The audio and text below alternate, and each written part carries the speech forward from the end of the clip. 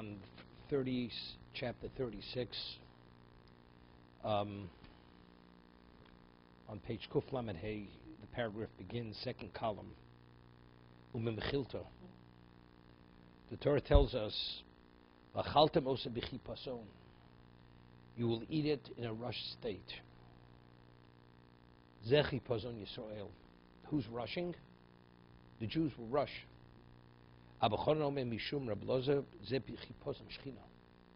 Who's rushing and trying to expedite this? It's God Himself.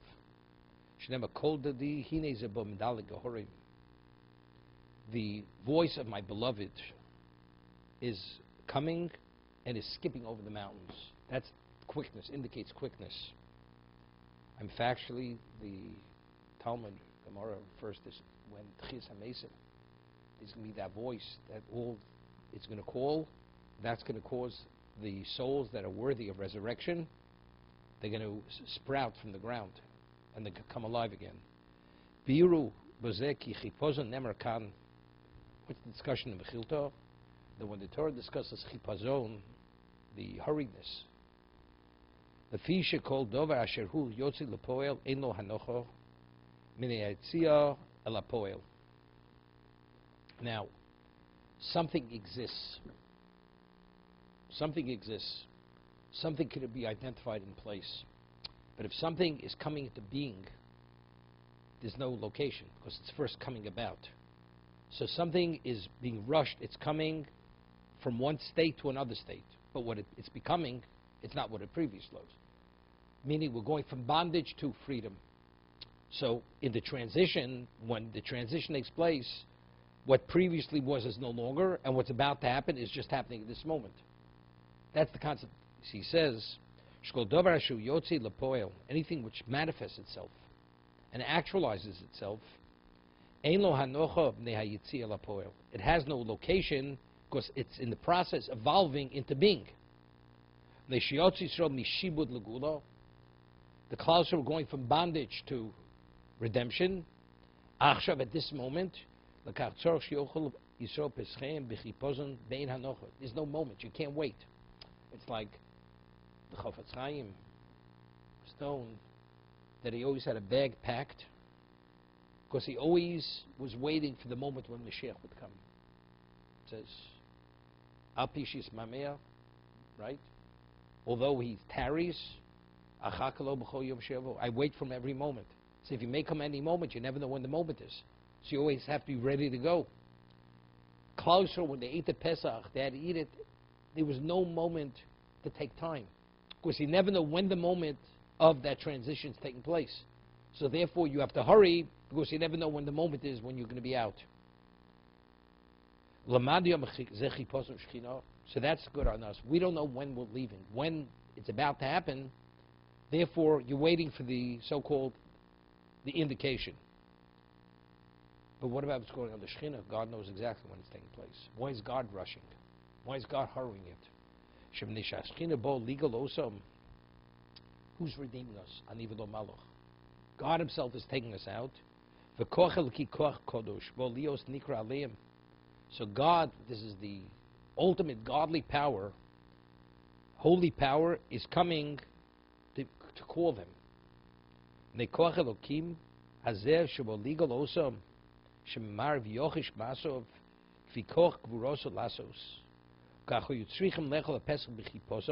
why did we rush? Is it because we don't know when we're leaving, or because of the one who's calling us? Because of who He is, we can't delay a moment. I'll give you an example. Somebody knocks on the door. Lahavdil. Somebody's trying to sell you something. In the middle of doing something, say, let him wait. What about if the person knocks on and says, this is Ramosha Feinstein, this is the Chazon Ish, these are one of a kind of personalities. Whatever you're doing, you drop it at the moment you go because of that dimension of person who's calling, Lahavdil. We have to rush. You know why? Do you know who's calling? The Shekhinah is calling. God is coming to take us out of this bondage. Therefore, the moment he calls, we have to go. It's not because we're going to freedom. It's because of the one who's calling, the one who's redeeming us. So that rushing is only an indication of what? Of to what degree we esteem and revere God who's going to redeem us. You know, the Gemara tells us in Brachos that there was, I think, Reb Zera, one of the great Amoroim. He saw the students, rabbis, on Shabbos running to the study hall to learn Torah, or to the shul. He says they're violating Shabbos. Why? Because the Gemara tells us that the pace, your stride on Shabbos should be different than your stride during the week. During the week, you rush, you hurry. Shabbos, you're supposed to walk leisurely. That your stride of Shabbos should not be similar to the stride of during the week. And here they're rushing, they're running to Beis HaKnesses, they're running to the Beis HaMedrash. Then afterwards, somebody cited a verse from Tehillim where it says that when you go to the Beis HaKnesses, it should be as if you hear the roar of a lion. So the Dodo Yehuda writes in his commentary on Brachos, he says, we know that Pikuach Nefesh, a person's in a state of danger. Whether it's Shabbos, whether it's Yom Kippur, you have to do whatever you can to save your life. You run for your life. But it's Shabbos. Doesn't make a difference. You run for your life. So David HaMelech says, when you go to the shul, it's like you hear the roar of a lion. A lion. You hear the roar of a lion. And the lion may be coming after you. What do? You run. So therefore, he understood from that, mitzvah. There's a mitzvah to run. Not only should you, there's a mitzvah. So the Gemara says, mitzvah l'mirat be'kedish to be on the Shabbat. There's a mitzvah to run to shul even on Shabbos, regardless of the stride. What does running indicate? When you run for something, running is an indication to what degree you value, you esteem it. We find, it says that when Eliezer, servant of Avram, met Rivka, he says, could I have a sip of water? It says, Vatorah tzanara, she ran. And if she would have gone leisurely, so what does the running indicate? To what degree she values the other person's need? That was an indication that she was imbued with chesed. That every moment delay, I'm actually denying the person what he needs. If she rushed, Avram, when the wayfarers came, it says, Vayorotz l'krosam. He ran towards them. 99 years old, third day after your circumcision. And if you walk a little slower, you have a right, you're an older man, you're recovering. Chesed, can't wait a moment. Sooner is not soon enough. So what is that? It indicates the importance of something. So if the Shekhinah we don't know when the Shekhinah is coming to take us out, the divine presence. Could we be busy or distracted for a moment not to leave the moment he's there? Can't. So that's a reverence of the Shekhinah. It's interesting. It says in Pirkei Avos, a person says, you should be Gibor Kari. You should be strong like a lion. As Kanomer, fierce like a leopard. Kal Kanesher, swift as an eagle. Rotz Katzvi, you should be fleeting like a deer. Lasos Ritzon Choshev Hashemayim. What do you mean you should be as powerful as a lion? So, the Shulchan Aruch rules this. When you get up in the morning, the moment you open, it's time to get up, regardless how cold it is out, regardless how tired, you get up like a lion. Understand? But what does that indicate? Lasus v'tzolcho shabashamayim. Lasus tzon avicho shabashamayim. Who are you rising for? To do the will of God. Well, I'll have another moment of rest, of what they call some shut-eye. What do you mean? You're rising to do the will of God. What do you mean? And if you're going to close a big deal, and then you have to be in the boardroom, at 3:36, not a moment later, you're there a moment earlier. Do you know what kind of deal that is? The deal of your life. So it's lasus avinu shabashamayim, to the will of God. What's even the consideration? You rise like a lion. You're fierce like a leopard. Nothing could stop you. There's not even a moment of consideration to do it differently. But that's only if you internalize it, you perceive it as that. Same thing. If God is taking us out, how could we be distracted for a moment while we're chewing the meat. Well, it's a mitzvah. But God says, when I'm there, you're out.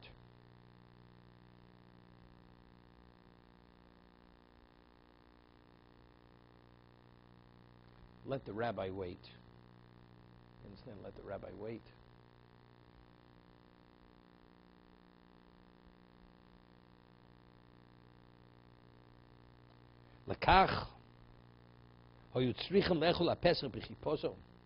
That's why they had to eat the Paschal lamb in a hurried fashion.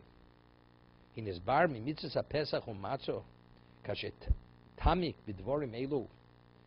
when you understand the mitzvah of eating the Paschal lamb, the Pesach, and the matzah, when you delve into it, it's clear they're exalted and they're awesome. These are awesome concepts. Ma'od, ma'od. Maral doesn't usually speak to this. Hear all the adjectives. They're brurim, dvarim gedolim. They're clear. They're great, awesome, ma'od, ma'od. To a very great, great degree. Meaning he can't emphasize it enough, what we're dealing with.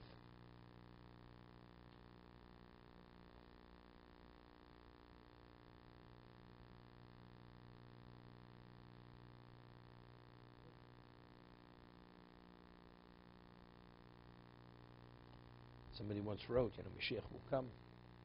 He's coming suddenly. Yeshua Hashem Kerafayin.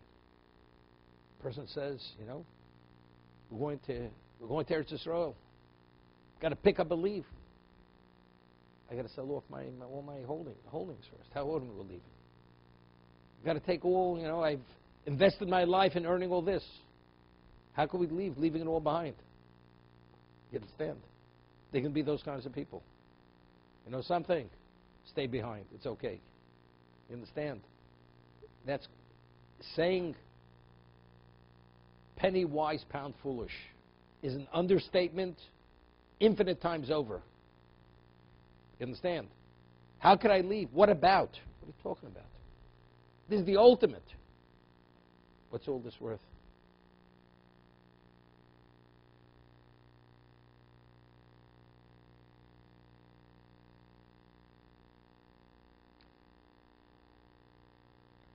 They used to tell a joke, has to do with this, in terms of not understanding something. That this person, he went into animated suspension. And they put him to sleep for 2,000 years. And before he went to sleep, he had a stock investment, certain stocks. After 2,000 years, he wakes up, calls a stockbroker, says, so what's my stock portfolio worth? $6.5 billion. After 2,000 years, he invested $6. 2,000 years, it's worth $6.5 billion. He's ecstatic. He wants to call his wife. Gets the phone. Cost the phone call $1 trillion. Okay, you understand? So what's it worth? What's it worth? $6.5 billion. There, the currency doesn't rate. It's been discontinued. Discontinued. The portfolio is nothing. But who understands that? Today, if you don't understand it to a small degree, you're way ahead. Halavai. Ulekamba gor od yisbayer. V'od yesh lomar ki mitzvahs pesach b'shul shisrael nigalu b'schus ovos. Why did we merit redemption? We were idolaters. Right? The angel said, Elu of the Evaros, Elu of the Evaros. Why do we merit redemption? In the merit of the Ovos. Ovos HaKadoshim, the holy patriarchs. Shenishba lohem legal b'neim. Hashem promised them He will redeem the children. Siva lechol matzah mork de liskor schus ovos. The matzah in Moror corresponds to the patriarchs. How? Matzah neged Avram. This is the Mechilta. Matzah corresponds to Avram. Now Avram, he baked matzah. Why did he bake matzah? Because Avram kept the whole Torah its entirety, and with the day that the angels came, it was Pesach. So it was Pesach, you have to eat matzah. Why, when the angels came to Sodom that night, Lot also was busy with matzah? Because Lot just went through the motions of also mitzvahs. He also had matzah for the angels. Shenemar lushi vaseyugos. He went, hurried to Sori Menu. It says, knead the dough and make these cakes, these wafer cakes. V'teido ki Avram roy lios nikra b'shem matzah. Why? Why Avram? He's depicted as matzah. What is chametz? It's an intermingling. It's the flour and water, and you add yeast. There's something there other than the flour and water.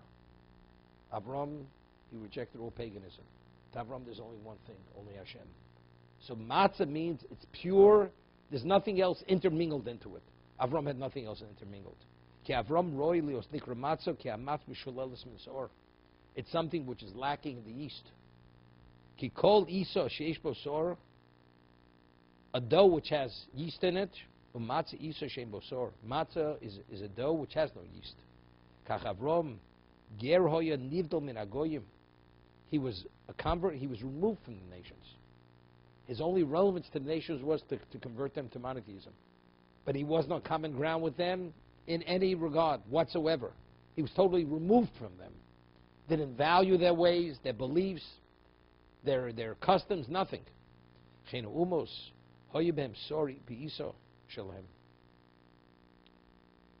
were intermingled with all kinds of impurities, corrupted characteristics, and inclinations, and everything. Avram hoyo guf tahor. He had a pure body. Nivdal misor agoyim. He was all their abominable, detestable, despicable ways and values. Human sacrifice, sodomy, everything under the sun.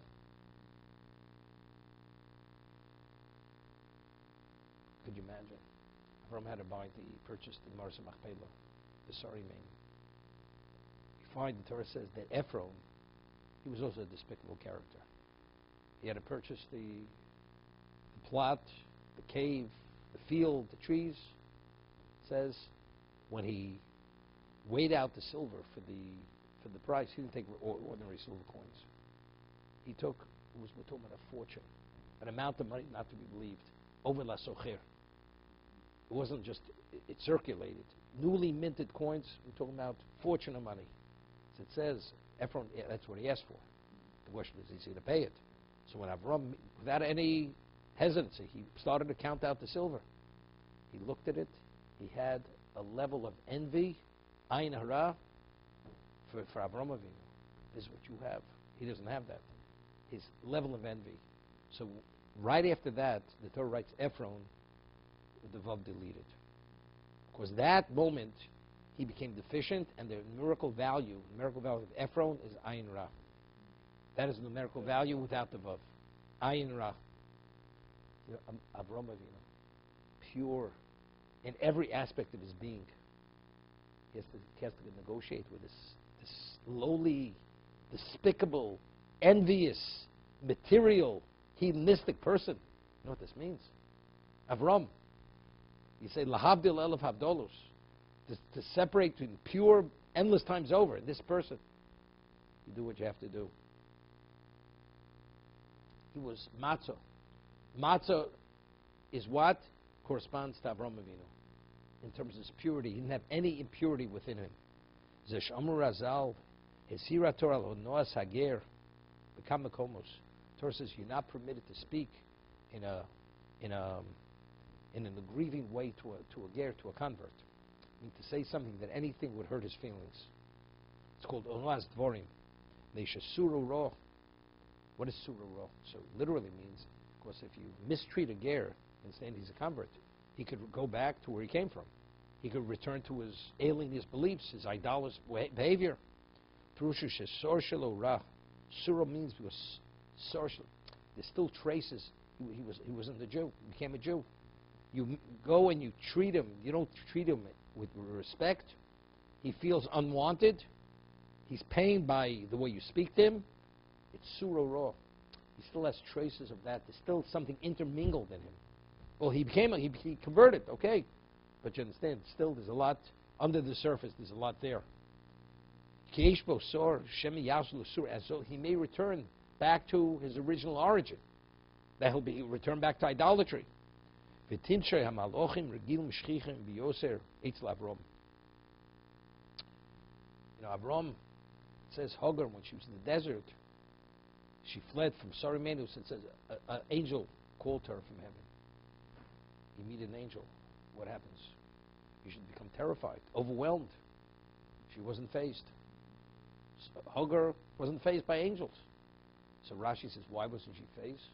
She was accustomed to seeing angels in Avram's house. They were, that was the regular company. That was the company, angels. But yet you find the story by Shimshon's parents. When the angel came, what did she say? What did he say to his wife? We're going to die. We saw an angel. Here he's terrified. So who frequented Avram's house? Angels. They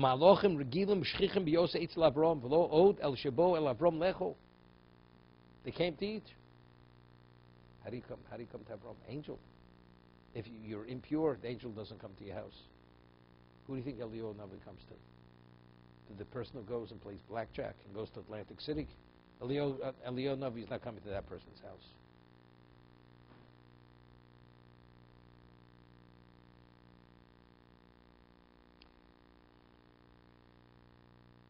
He had a commonality. Avram had a commonality with the angels. What angels? The angels are pure beings, spiritual beings. Avram, as a human being, he had purity. So purity, that was the commonality between Avram and the angels. Umedrash Rabbis Parshas Yisro, Moshe Ola El Elokim. It says Moshe ascended to God. What did it say? They said, what is this mortal doing among us? They wanted to harm him. Moshe ascended to heaven. Also, Kodesh Baruch Hu Klestorin Shelponav Dom Lavrom. You this? So how did he protect him? Hashem caused that the facial feature of Moshe should look like Avram Avinu. When they saw Avram, oh, it's one of us. You this? Moshe, he's worthy to ascend. The Malachim says, this man doesn't belong here. They want to harm him. So what does Hashem do to protect him? That his facial features took on the feature of Avram Avinu. Adkan. What does that mean? Biro bezeh b'shul schus Avram hoye Moshe b'chitz samalochim. This? Because Moshe was descended from Avram, so in his merit, he was able to go within the proximity, within the domain of angels. Neishoya Avram gomel chesed v'tov labrios. Zomidas malochim shemashpim atov. Interesting. You're saying something interesting. Avram's characteristic was chesed. What's chesed? Chesed is doing for others, doing chesed. What's the function of an angel? God releases a force. The angels are part of the force which eventually ultimately manifests itself into physicality. So they are the conduits and the various levels of processing of those forces. So existence should be beneficiaries of the forces. So what is their function? The function is to what? Is to do chesed. Because they are crucial for the process for mankind in existence should be beneficiaries of those energies. Moshe became angered. He said, Shimonu Hamorim. He became angry. He says, listen, you rebellious people. When they started complaining they didn't have water in the 40th year, this is when he struck the stone, struck the rock, and that's when he didn't go into Eretz Yisrael. You had the ability to sanctify me, and you did not. You're not crossing the Yarden. You're not crossing the Jordan. He says, Ein zeh midas ha-malochim. That's not the midah of malochim. Anger. Become angry. Avram Avinu, you don't find he ever became angry. V'nikra Moshe Ish Elokim. Midas Adin. He is the man of Elokim. Midas Adin is fierceness. You can't tolerate any level of iniquity. Understand? For Avram Avinu to bring all these people back, you know what kind of patience you had to have? You had to have a level of what? Of kindness. Midas Adin means you're not deserving, you're not worthy. I don't want to know you. You know, you have that, you deserve to be destroyed. Avram was chesed. Chesed means indiscriminate kindness. Okay? It's interesting. There's a famous medrash that they came to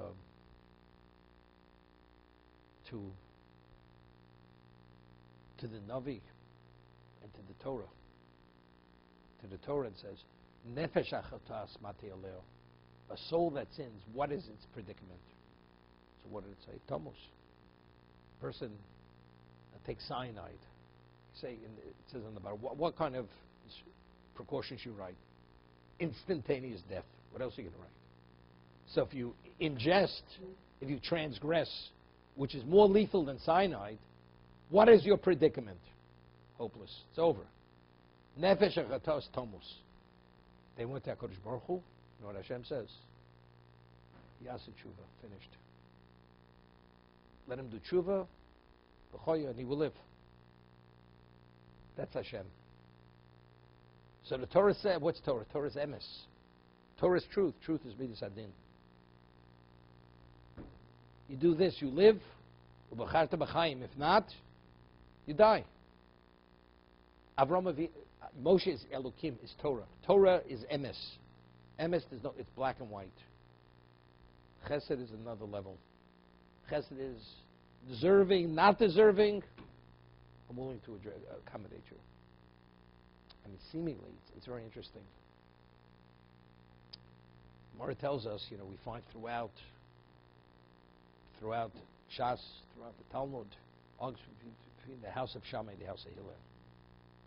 And it was unclear, who do we rule like? Do we rule like Beis Shammai? Do we rule like Beis Hillel? So there was a heavenly voice that came out and said, we rule like Beis Hillel. Why? Because they were the majority. Whenever you're in doubt to something, you reach an irresolvable point, Torah says, follow majority. So since the majority are Hillel, the house of Hillel, you follow. So the question is, if that's the case, what do I need a heavenly voice to tell me that? The Torah says that. Whenever you're in a standstill, you can't resolve it, you follow the majority. Why do I need the rove? Why do I need majority? Why do I need the basko? So the commentators explain that what was the difference between the house of Shammai and the house of Hillel? Hillel were charifi tvei. They had, in terms of their minds, they had ingenious minds, sharp, much more keen than Hillel, than the students of Hillel. If that's the case, the question is, even though quantitatively you're greater, but since qualitative we're on a different dimension, if everybody's equal, we talk about there's a stalemate, you go after majority. But things are not equal here. The house of Shammai, Beis Shammai, they're a different dimension. They're charifi tvei, they're sharper, they're keener. It's a different dimension of genius. It's like, Rav Moshe Feinstein rules something's not permitted. Well, preschool, which has 10,000 children, disagree. So they have the majority, is the question what to talk about. They have to be of equal dimension to talk about going after the majority. So if that wasn't clear, the difference doesn't make a difference. The Baskol says it doesn't make a difference. That this is a context, you can follow majority. So it's interesting. We find the story with the converts. They first come to Shammai. Shammai was the founder of Beis Shammai. And they said, each one presents, I want to become a Jew. I want to convert, but I have a precondition. I want to be conditioned that I could be the high priest. I want to be another precondition, that you have to teach me one principle which encompasses the whole Torah. Each one had his precondition. Shammai says, something, I have no time to waste. Find yourself. Goodbye. Have a good day. I don't want to look at you. They go to Hillel. Hillel entertains their request, and they all three convert. Who's Shammai and who's Hillel? Shammai is midas hadin. Midas hadin, but again, who are they? In terms of their grasp, their fierceness of Torah, that the approach was much more fierce than Hillel. So because they didn't have that kind of mind, that grasp, some more mellow. I'll consider it. So because of that lack of fierceness, Hillel says, let's hear what your request is. And he entertained every one of them, and he responded to every one of them. And they converted. Moshe is midas hadin. It's not chesed. His approach, as the Gemara says, is a mitzvah lasas pshara. A judge should encourage mediation. two defendants come, disagree, the judge should encourage mediation. Why? That they should compromise. Because if two people compromise, one gives a little bit, one gives up a little bit, everybody's happy. But to find guilty, innocent, one person pays out, one person walks away, he's upset. Therefore, for the sake of peace, if they both agree, mediate, that there should be a compromise. That's mitzvah lasus pshara. But the Gemara says that was the attribute of Aaron. Oev shalom, rodev shalom. Moshe was never compromised. Yaakov hadina sahar. If there's a mountain, you have to go pass by the mountain. You know what you do? You pierce the mountain. You destroy the mountain. Moshe never ever entered into a compromise situation. Never mediated. You know why? Because when you see something, your essence is black and white. That's your essence is truth. What do you mean, compromise? If I see who's guilty, how could I tell the innocent man to give up what's rightfully his? Because that's his grasp. That's midas hadin. That's the attribute of justice. So because Moshe was that, so what did Hashem do? He caused that the facial features of Avram should be similar to the angels. He should look like Avram Avinu. He's one of us.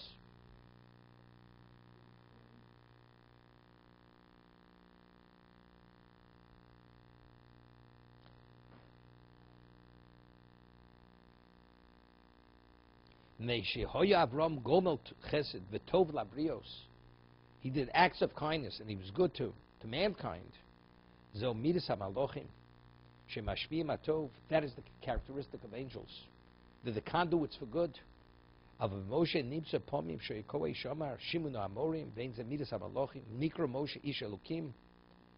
is depicted and quantified as the man of God, Elokim.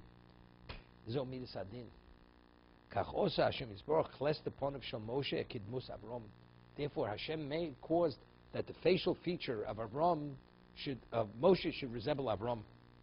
Pirshchi legomli chesed yeshklestem yuchad moral atov. Ke'en lem pnei kas. That's interesting. A person is always looking through kindness. He has a certain softness to his face. His facial feature is softer. A person who's intense, because he's super, super serious, doesn't have that softness. But you realize that seriousness doesn't allow the person to really engage in chesed to its fullest extent. Because of that level of seriousness. It's a mindset. And it expresses itself on one's face. It's interesting, They say ponim is pinim. Right? The face tells you what's going on inside. It's the pinim. The person has a gentleness. It indicates a softness, a warmth. Emanates. Understand? It's a whole different thing. It's interesting. The Gemara tells us that melech shemochal hakvod ein kvodo mochu. A king who waves his honor, his honor is not waved. He's not permitted to wave his honor. An ordinary Jew, a great Talmud Chacham, even a prince, a Nasi, he's permitted to wave his honor. But a Melech is not permitted. Now, Aaron was Oev Shalom Rodev Shalom. He loved peace and he pursued peace. When Aaron passed away, it says all Jews grieved for him for 30 days. Not only the men, even the women. The women felt lost. Why? Because Aaron, whenever he would hear there would be any question of a dispute between husband and wife, he would do everything he could, even to demean himself, to repair it and to restore the harmony in the house. What's the example? So the Gemara says, this person says to his wife, you know something? If you don't spit the Kohen Gadol, the high priest, in the eye, all my possessions are off limits to you. You understand how long that marriage is going to last? Not very long. The marriage is basically over. You know what it means to spit Aaron in the eye? Aaron hears about it. He goes to the woman and says, I have a certain eye ailment. And the doctor says that the only thing that could heal it is fresh saliva right out of your mouth straight into my eye. Could you please spit in my eye? Gemara, there's a Oev Shalom, Rodev Shalom. Understand? Who could do that? Yeah, it has to be natural. It has to be your essence. That's Aaron. Oev Shalom, Rodev Shalom. Moshe, you understand? He's a melech. Moshe's halachic status was melech. A melech is not permitted to wave his honor. He's not permitted to wave it. He's fierce. Melech b'mishpat yamer oretz, the pasuk says. How does a king establish stability in the land? Justice. A king is justice. Moshe was justice. That's Elokim. That's Midas Adin. No nonsense. No compromise. But because Moshe was Melech. That's Ish Elokim. V'osa Kodesh Baruch Hu Klaseponav ki lo hoy midos Midas Avrom. Therefore, he was able to enter into the environment, in the proximity, into the domain of the angels. Angel is pure. Avram was sore, had no sore, he was pure. He negated, he purged himself of everything, of what? Of what idolatry, all that, the corrupted behavior and the midos. So matzah that we eat on Pesach corresponds to Avram Avinu. Merorim, what's bitter? The bitter herbs. Hu Yitzchok, that corresponds to Yitzchok. Fishkol Yimei Yomov Hoyim B'Mrirus. Shekol Einav. I mean, he was blind. He was confined to the house. It's not a happy situation in the physical sense. Well, Medrash Rabbis. The Parshas told us, Yitzchok, Achwa Yitzchok lo Yisurim ba'olam. We had this earlier. Till Yitzchok came on the scene, no one in mankind, no one suffered. No one suffered. Dim Yitzchok bo Yisurim la'olam. Yitzchok asked Hashem to what? To bring suffering on him. Because through that, you're able to relieve yourself of all your debt through suffering. So what's suffering? Suffering is what? That's morar. Remember he explained last week that bondage is depicted through morar, because what is bondage?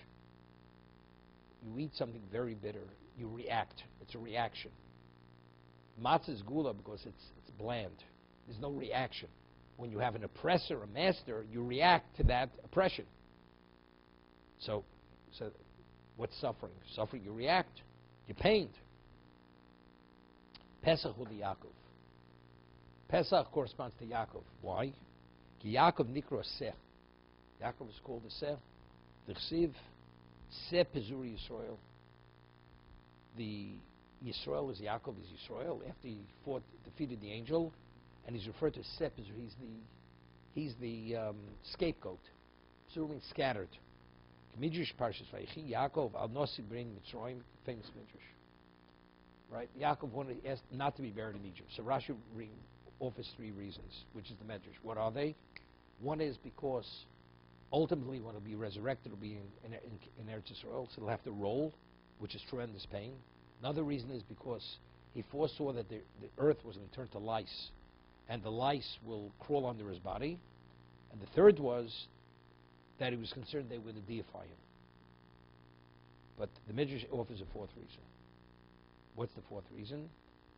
The fisha kosa petach hamor tifte. It says if you have a firstborn male donkey, there's a mitzvah of pigeon chamor. Pigeon petach hamor. You redeem, and how do you redeem the donkey? With a sheep. You give a sheep to the Kohen. That's how you redeem the donkey. Omer Yaakov ani nikresi seh. What am I? I am depicted as a sheep. Tichsiv seh pezuri Yisrael. Umitzrayim nikru chamor. The Egyptians, they're equated to the donkey. Their flesh is the flesh of donkeys. I don't want they should be redeemed through me. If I'm buried there, I will be their redemption. Because the sheep redeems the donkey. Therefore, I'll not take Reim Mitzrayim. So therefore the sheep, the Pesach is the sheep. Nimtzo, Shlosha Mitzvos Elu. Shehem. So we have three mitzvahs at the Seder. Pesach, Matzah Morer, Heim Romzim, Schus, Shloshavos. So these three mitzvahs, the 15th, it alludes to the Schus of Avram, Yitzchak, and Yaakov. Kam Seiragor, Hashem Herachnu Yossi. He says later we speak about it in a more lengthy way.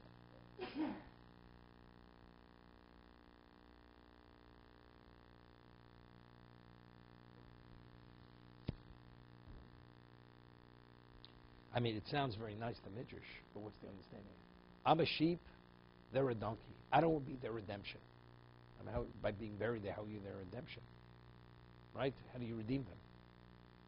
So what I once said was that, now, who are the Egyptians? They were Chamorim. I mean, were they donkeys? So the Maral explains that the word Chamor comes from Chomer. Of all the 70 root nations, there was no nation that was more devoid of spirituality than Egypt. They had the least relevance to spirituality. And because of that, that's why they were involved in witchcraft, in incest, adultery, every abomination. Egypt was there because they had the least relevance to spirituality. There was such a spiritual void vacuum. Okay? What happens now, Yaakov, who was known to be a holy man, the holiest? He's buried in Egypt, and you deify him. Now, how does one worship a deity? You do, it's will. So let's say they start emulating Yaakov. That means they become less Chamorim. It's going to be a transition in their material makeup. Because if they're going to start emulating Yaakov was spiritual, they're going to introduce a new aspect of spirituality into their lives. They're going to become less Chamorim. That creates a big problem. It's not good for Klal Yisrael. Because the only way we're able to soar and advance to the most exceptional level of spirituality, it's only within the context of that spiritual vacuum. So he says, I don't want to be the redemption.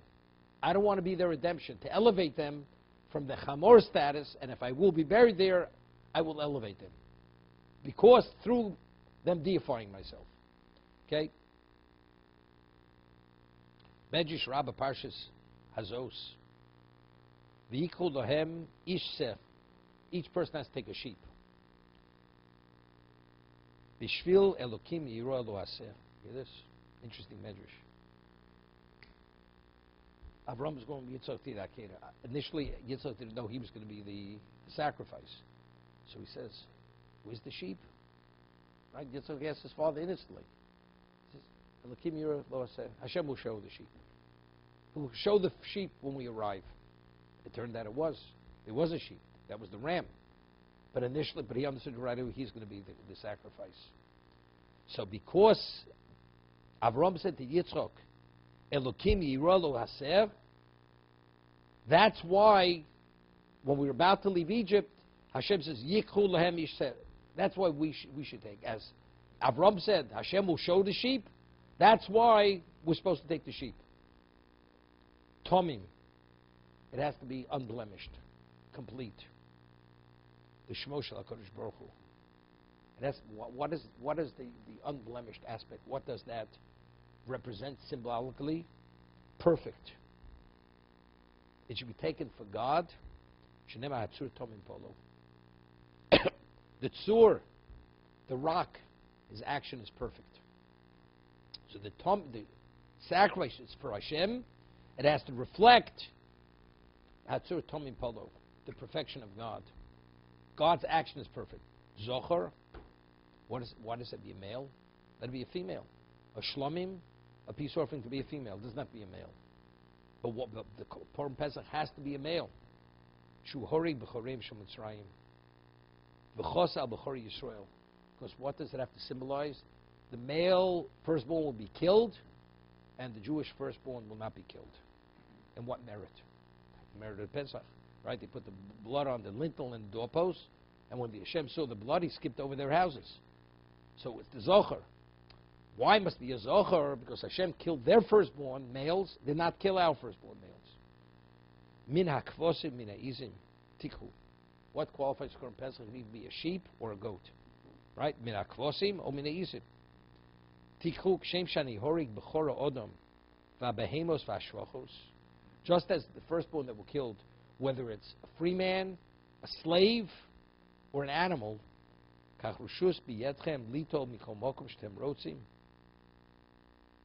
have a right to take the korban. It's not limited to one particular species. Not only the sheep, even the goat.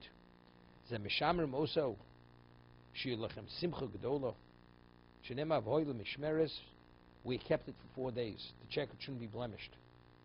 You know, this is like the ultimate. When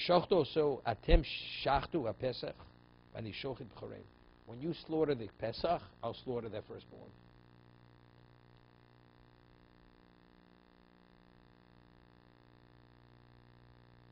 You know what it means? Why is Hashem killing their firstborn, not our firstborn? The slaughtering of the Korban Pesach was what? What did it represent? That was the deity of Egypt. When you slaughter that, I will slaughter them. Because then, that only tells us how culpable they are. Because who are you really? You really are my people. Right? B'nai Bechor Yisrael. So therefore, it's when you slaughter the Pesach, I will slaughter them. Why is Hashem slaughtering them? Why? Because we're worthy to be a Klal Yisrael. Ani v'lo Malach. The only one's able to discern between the semen of a Bechor and not a Bechor, only God himself. But if there's no Klal Yisrael, what's it all worth? Who are you talking to? You're talking to a wall. There's no receptivity here.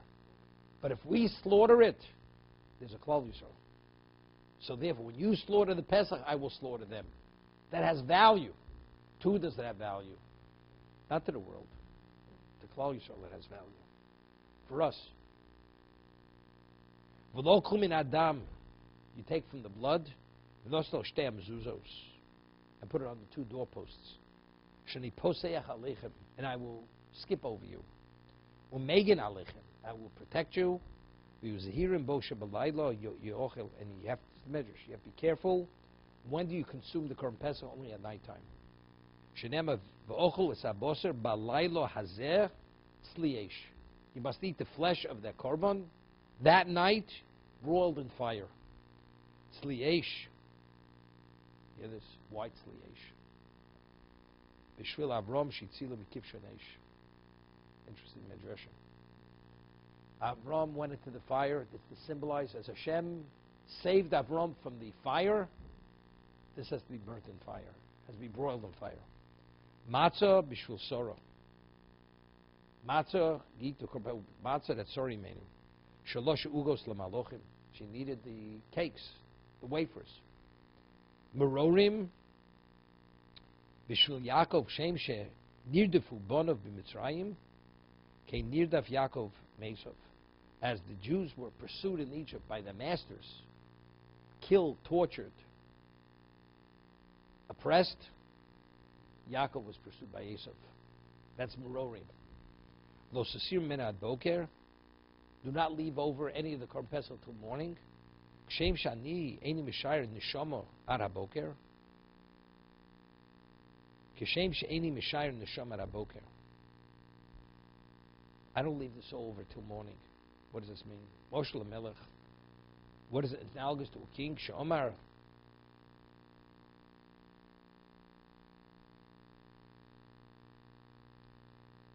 She'omar lebonai. Have yodim shani don't eat in the foshos. He says, you realize that I judge capital cases.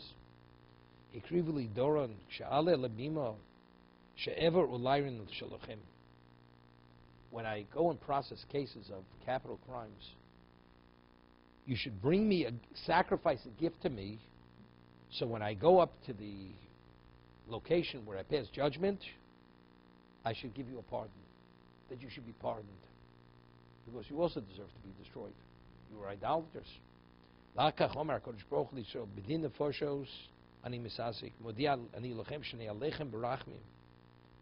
mercy on you, but why? It's not mercy for no reason. B'dam Pesach, b'dam Milo. Only because you circumcised yourselves and you brought the blood of the Pesach.